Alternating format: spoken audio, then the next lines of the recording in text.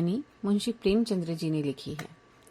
रमजान का पाक महीना खत्म होने के बाद आखिरकार वो दिन आ गया जिसका सबको इंतजार था। आज ईद का दिन है। इस मनोहर और सुंदर दिन की बधाई पूरे गांव में किसी शहनाई की तरह गूंज रही है। चारों तरफ हरियाली ही हरियाली नजर आ रही है। खेतों में अलग ही रौनक नजर आ रही है। हर जगह देखकर ऐसा लग रहा है मानो सूरज, नदियां समेत सारा संसार ईद की बधाई दे रहा हो। गांव के बड़े बूढ़े और बच्चे ईदगाह के मेले में जाने की तैयारियां करने में जुटे हैं। कोई अपने पुराने कपड़े सिल रहा है तो कोई जल्दी जल्दी अपने घर और खेत का काम निपटा रहा है। ईदगाह का मेला गांव से 3 कोस की दूरी पर लगता है, जहां लोगों को पैदल ही चलकर जाना होता है। मेले से घर वापस आने में भी देर हो जाती है। ईदगाह में जाने को लेकर सबसे ज्यादा खुशी लड़कों में नजर आ रही है। भले ही किसी ने एक रोजा भी न रखा हो, लेकिन ईदगाह जाने की खुशी उनके चेहरे पर साफ है। पूरे महीने ये लड़के इस दिन का बेसब्री से इंतजार करते हैं। इन लड़कों को घर की परेशानियों से कोई वास्ता नहीं है। घर में सेवइयां बनाने के लिए दूध और शक्कर हो या न हो, इन्हें तो बस सेवइयां चाहिए। उन्हें नहीं मालूम कि उनके अब्बू गांव के चौधरी कायम अली के घर भागते हुए जा रहे हैं, ताकि उनके घर में आज ईद के दिन चूल्हा जल सके और वो अपने बच्चों को सेवइयां खिला सके। ये तो बस ईदगाह जाने की राह देख रहे हैं। एक तरफ बैठा महमूद अपने पैसे गिन रहा है। उसकी जेब से 12 पैसे निकले। महमूद के पास बैठे मोहसिन मियाँ भी अपने पैसे गिनने में लगे हुए हैं। 1, 2, 3, 8, 9, 15। मोहसिन खुशी से उछलकर पैसों को जेब में रखकर कहता है, इन्हीं अनगिनत पैसों से हम अनगिनत चीजें लाएंगे। मेले से ढेर सारे खिलौने, मिठाइयाँ और भी बहुत कुछ खरीद कर लाएंगे। गांव का गरीब बच्चा हामिद सबसे ज्यादा खुश है। हामिद 5 साल का एक दुबला पतला गरीब सूरत वाला लड़का है। हामिद के पिता पिछले ही साल हैजे से मर गए थे। उसकी माँ का शरीर भी पीला पड़ गया था, जिसके बाद वह भी इस दुनिया से चल बसी। गांव में यह किसी को नहीं पता था कि हामिद की अम्मी के शरीर का रंग पीला क्यों हुआ था। परिवार के नाम पर हामिद के पास एक बूढ़ी दादी थी, जिसका नाम था अमीना। अमीना ने हामिद को बताया था कि उसके अब्बा बहुत सारे पैसे कमाने गए हैं और उसकी अम्मी अल्लाह के घर उसके लिए अच्छे अच्छे खिलौने लेने गई है। यह सब सोचकर और दादी की ऐसी बातें सुनकर हामिद बड़ा खुश रहता था। वह कहता, जब उसके अब्बू और अम्मी वापस आएंगे तो ढेर सारे पैसों और खिलौनों से वह मोहसिन, नूरे और सम्मी को चिढ़ाया करेगा। अपनी गरीबी से हामिद और अमीना दोनों ही वाकिफ थे। हामिद के पास एक भी जोड़े जूते नहीं थे। उसके पास सिर्फ एक पुरानी और गंदी टोपी थी। यह सब सोचकर बूढ़ी अमीना अपनी कोठरी में बैठी रो रही थी कि आज ईद के दिन भी उसके घर में खाने के लिए कुछ नहीं है। वह ईद के दिन को कोस रही थी कि जब उसे ऐसे ही अंधेरे में रहना है तो ईद आती ही क्यों है। तभी कोठरी में हामिद आता है और दादी से कहता है, तुम डरो मत, मैं मेले से सबसे पहले आ जाऊंगा। बूढ़ी अमीना परेशान थी कि गांव के सभी बच्चे अपने खालिद के साथ मेले में जा रहे हैं। वह हामिद को अकेले गांव से इतना दूर कैसे भेजे। कहीं वो मेले के भीड़ में खो गया तो वह क्या करेगी। उसके पास जूते भी नहीं हैं। 3 कोस कैसे चलेगा, पैरों में छाले पड़ जाएंगे।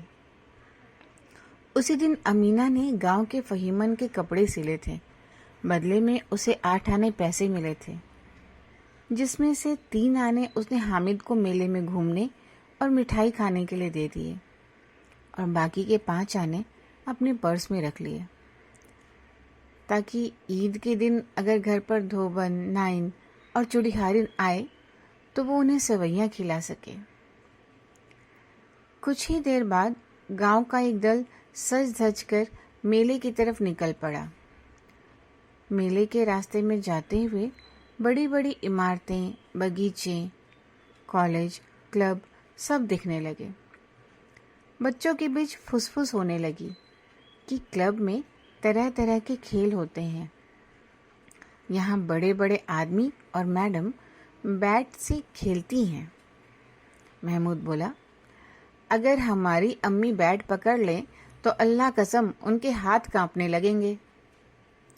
मोहसिन बोला, 100 किलो आटा एक बार में पीस डालती हैं, रोज सैकड़ों घड़े पानी भरती हैं, इतना करने वाली के हाथ कैसे कांपेंगे?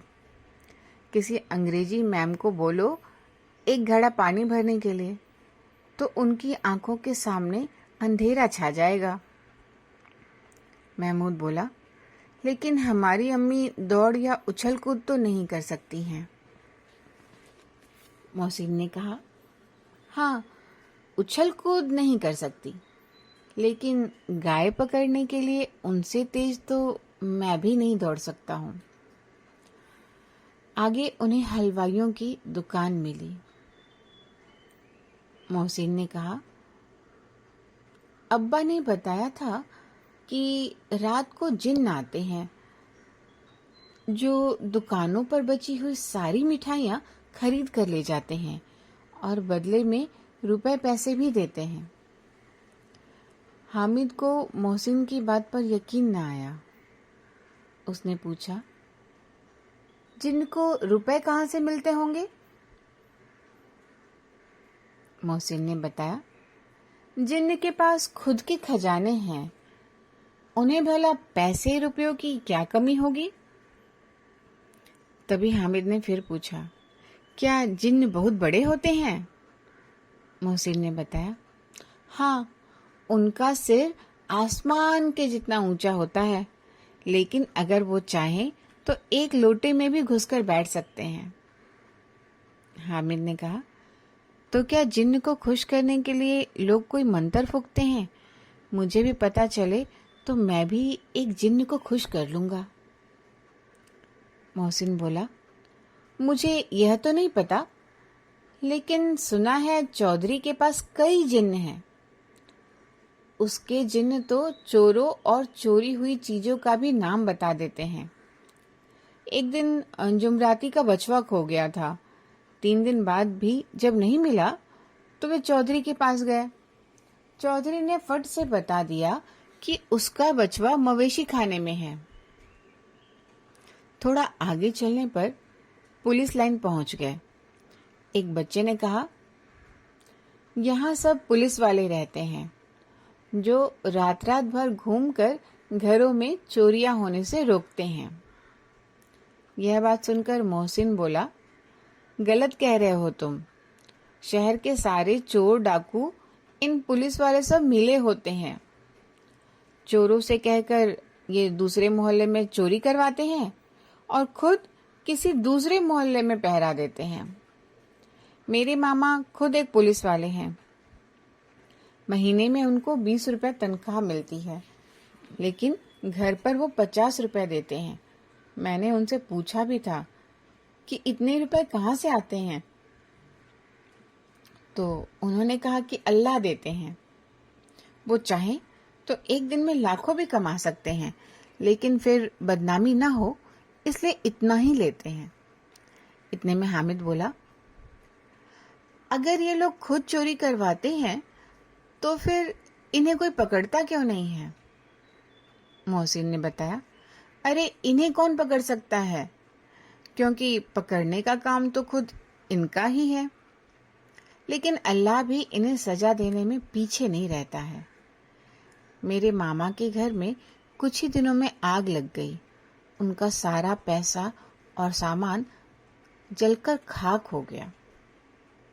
हामिद ने पूछा, क्या 150 से ज्यादा होते हैं? तो मोहसिन ने बताया, 50 तो एक थैली जितना होता है, जबकि 100 तो 2 थैलियों से भी ज्यादा होता है। अब आगे उन्हें ईदगाह जा रहे लोगों की दूसरी टोलियां मिलने लगी। थोड़ी देर में ईदगाह भी नजर आ गई, जहां पहुंचकर सबने एक इमली के पेड़ के नीचे नमाज पढ़ी। नमाज पढ़ने के बाद सबसे पहले लोग मिठाई और खिलौनों की दुकानों पर पहुंचे। हामिद को छोड़कर महमूद, मोहसिन, नूरे, सम्मी सभी एक एक पैसा देकर घोड़ों और ऊंटों पर बैठकर सवारी का आनंद लेने लगे। इसके बाद सभी खिलौनों की दुकान पर गए। महमूद ने 2 पैसे का सिपाही खरीदा, जिसने खाकी वर्दी और लाल पगड़ी पहनी थी। उसके कंधे पर बंदूक भी थी। मोहसिन ने भी 2 पैसे में पानी पिलाने वाली भिश्ती खरीदी। उसकी कमर झुकी हुई थी और उसके ऊपर पानी भरने वाला मशक रखा हुआ था। नूरे ने भी 2 पैसे में वकील खरीदा, जिसने काले और सफेद रंग का कपड़ा पहना था। उसके कपड़े के एक तरफ जेब में घड़ी, सुनहरी जंजीर और एक हाथ में कानून का पोथा था। वहीं हामिद सोच रहा था कि अगर ये खिलौने एक बार नीचे गिर जाएं तो सब बर्बाद हो जाएगा। इसलिए उसने खिलौनों को खरीदने में दिलचस्पी नहीं दिखाई, लेकिन मन ही मन वह उन खिलौनों को हाथ में लेने के लिए उत्सुक हो रहा था। मोहसिन बोला, मेरा भिश्ती हर रोज पानी पिलाएगा मुझे। महमूद ने कहा, मेरा सिपाही मेरे घर की पहरेदारी करेगा। तो नूरे ने कहा, मेरा वकील हर दिन नया मुकदमा लड़ेगा। सम्मी ने कहा, मेरी धोबिन हर रोज कपड़े धोएगी। आगे बढ़े तो मिठाइयाँ दिखी। यहाँ भी हामिद को छोड़कर किसी ने रेवड़ी खाई तो किसी ने गुलाब जामुन और किसी ने हलवा। हामिद बस ललचाई आंखों से सबको घूर रहा था। मोहसिन ने चिढ़ाते हुए कहा, हामिद, रेवड़ी खा लो, इसकी खुशबू बहुत अच्छी है। हामिद मोहसिन के पास जाता है और उसके सामने अपना हाथ फैलाता है। मोहसिन ने एक रेवड़ी निकाली और हामिद को दिखाते हुए उसे खुद खा गया। यह देखकर मोहम्मद, नूरे और सम्मी तालियां बजाकर हंसने लगे। तभी महमूद कहता है, हम तुम्हें गुलाब जामुन खिलाएंगे, मोहसिन तो शरारती है। इस बार हामिद ने साफ साफ उन्हें मना कर दिया कि वो मिठाई नहीं खाएगा। मिठाइयों की दुकान के बाद मेले में कुछ लोहे की चीजों की दुकानें थीं, जहां पर तरह तरह के नकली गहने भी थे। लड़कों को इनमें कोई दिलचस्पी नहीं थी, तो वे मेले में आगे बढ़ गए और शरबत पीने लगे। लेकिन हामिद एक चिमटे की दुकान के सामने खड़ा हो गया। उसे याद आया कि रोटी बनाते समय उसकी दादी के हाथ जल जाते हैं।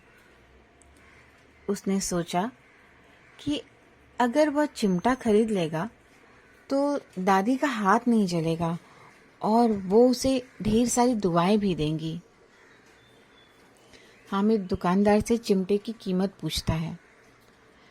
पहले तो दुकानदार हामिद को मना करता है कि यहाँ उसके काम की कोई चीज नहीं है, लेकिन बाद में उसने बताया कि एक चिमटे की कीमत 6 पैसे है। अगर उसे लेना है तो वह 5 पैसे लगा देगा। हामिद ने कहा, क्या 3 पैसे में दोगे यह चिमटा? हामिद को लग ही रहा था कि अब दुकानदार उसे डांटेगा, लेकिन दुकानदार ने डांटने की जगह हामिद को 3 पैसे में चिमटा बेच दिया। चिमटे को हामिद ने अपने कंधे पर किसी बंदूक के जैसा रखा और अपने दोस्तों को दिखाने लगा। मोहसिन और महमूद ने हामिद के चिमटे का मजाक बनाते हुए कहा, क्या भला चिमटा भी कोई खेलने की चीज है? हामिद ने जवाब दिया, हाँ, मेरा चिमटा भी एक खिलौना है। कंधे पर रखूं तो यह बंदूक जैसी लगती है और हाथ में ले लूं तो किसी फकीर का चिमटा लगता है।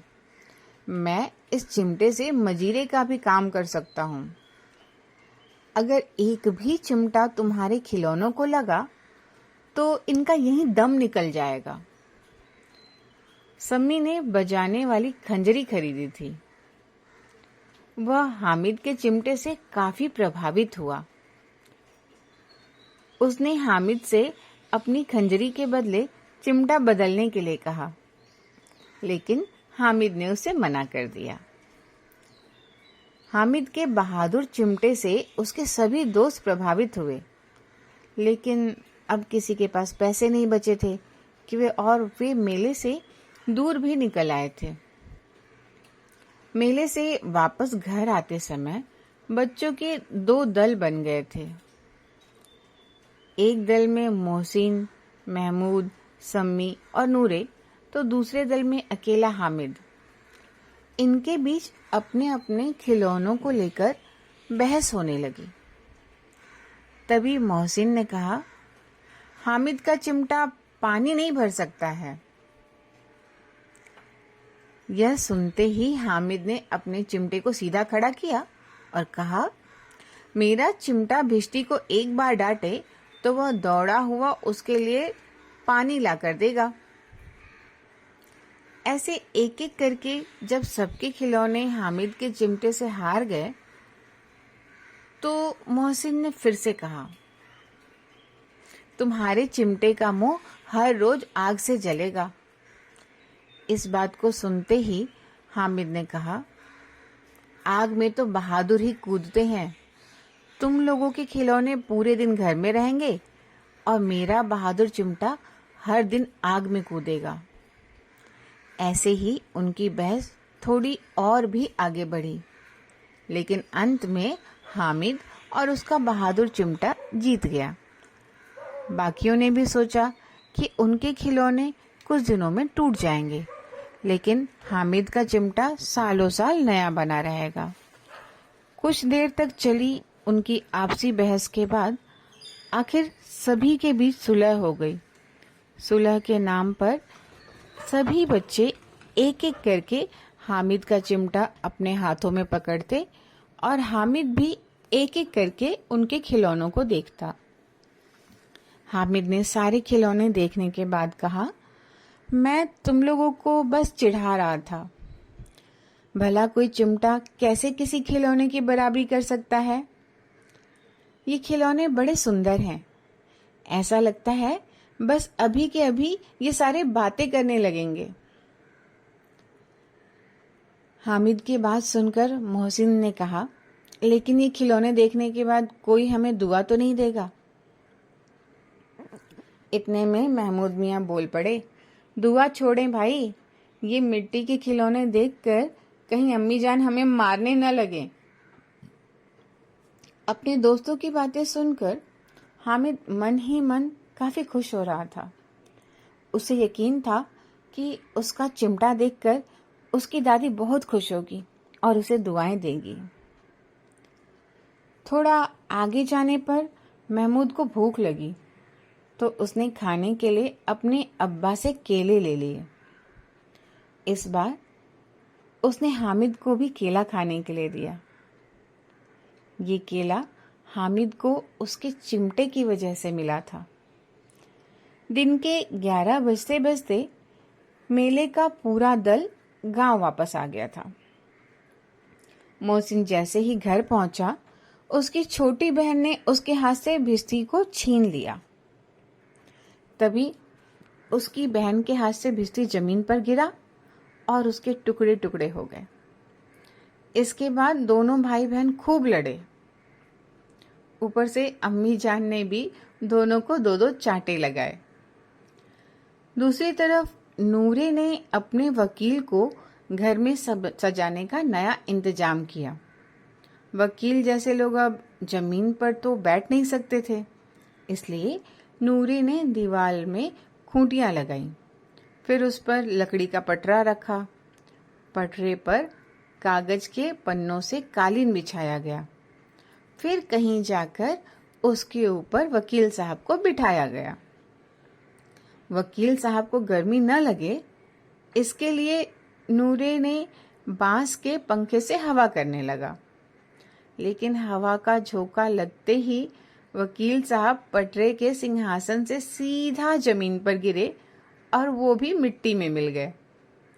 वहीं महमूद ने अपने सिपाही के लिए एक पालकी का इंतजाम किया, जिसे उसने फटे पुराने कपड़े और एक छोटी टोकरी से बनाया था। फिर उसमें सिपाही साहब को लिटाया गया। इसके बाद महमूद और उसके दोनों छोटे भाई टोकरी को सिर पर रखकर इधर उधर घूमने लगे। उसके छोटे भाई अपनी तोतली आवाज में "छोने वाले जागते लहो" कहकर पुकारते चले जा रहे थे। अंधेरे का समय था। इसी दौरान महमूद को ठोकर लगी और उसकी टोकरी नीचे गिर गई। इस हादसे में महमूद के सिपाही की एक टांग टूट गई। इसके बाद महमूद ने खुद ही उसका पैर ठीक करने का फैसला लिया। टूटे हुए पैर को जोड़ने के लिए गूलर का दूध लाया गया, लेकिन ये तरकीब काम न आई। बदले में सिपाही की दूसरी टांग भी तोड़ दी गई। अब हामिद मियाँ की बात करें तो वो जैसे ही अपने घर पहुंचा, उसकी दादी ने उसे गले लगा लिया। फिर उसके हाथ में चिमटा देखकर बड़ी हैरानी से पूछा, "यह चिमटा किसका है?" हामिद ने कहा, "मैंने मेले से खरीदा है।" अमीना ने पूछा, "कितने पैसे में?" हामिद ने बताया, 3 पैसे में। इतना सुनते ही बूढ़ी अमीना छाती पीटते हुए रोने लगी। हामिद को कोसने लगी कि कितना बेवकूफ लड़का है ये, दिन भर कुछ खाया पीरा या नहीं, और मेले में जाकर सारे पैसों से ये चिमटा खरीद कर लाया है।